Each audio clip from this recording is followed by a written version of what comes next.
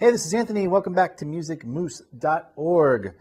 That little variation, although it didn't sound quite familiar because I didn't know what I was going to do right until the very end. I'm thinking of songs to call out the chords for, and one I was thinking about, one I'm sure you're going to run into in any kind of jam situation.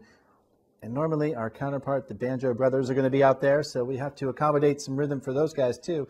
And a nice little banjo number that was written by Mr. Earl Scruggs is Foggy Mountain Breakdown. I think it's synonymous with any jam. If you go a weekend and don't play that tune, you need to get back out there and play it until you played it where you can complain about playing it.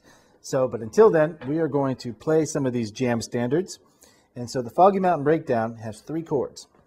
It's going to be G, 2-finger G you could play. We're going to get into some variations of how I would play it.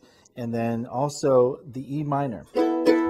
And that's the 4th fret D or G string and the 2nd fret D string. You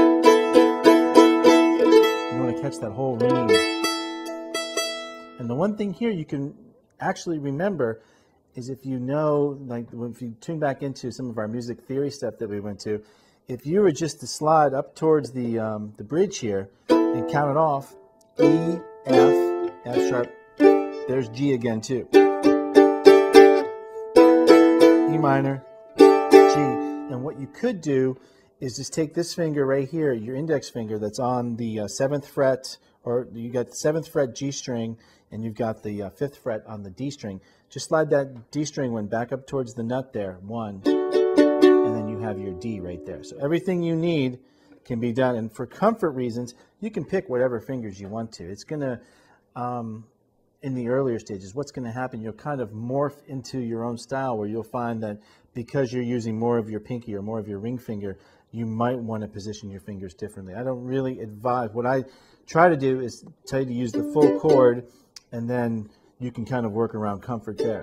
But for this one, we can do, for me, I'm going to use my index finger and my middle finger. But I'm going to start off using the 2 fingers.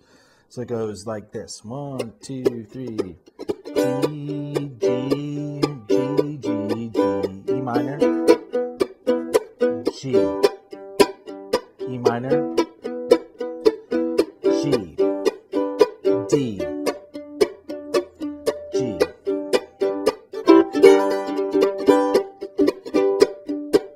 E minor, G, E minor, G, D, G.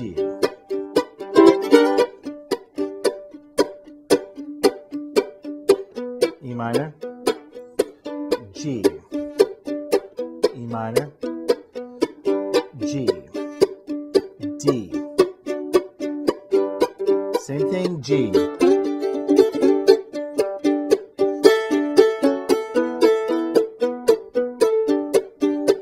E minor,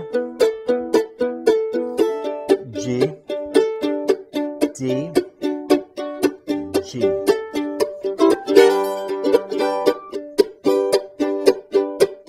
E minor, G, E minor, G, D, D.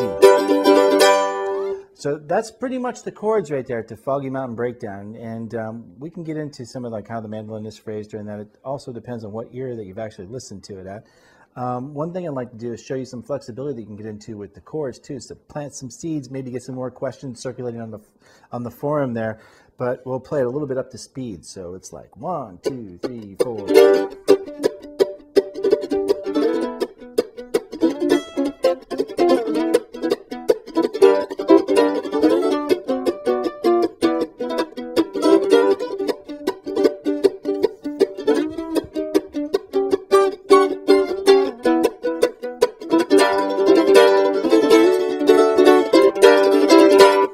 I'm going to break down those chords in the next series on Foggy Mountain Breakdown, calling out the chords. Stay tuned. Thanks for tuning in to musicmoose.org. We'll see you very soon.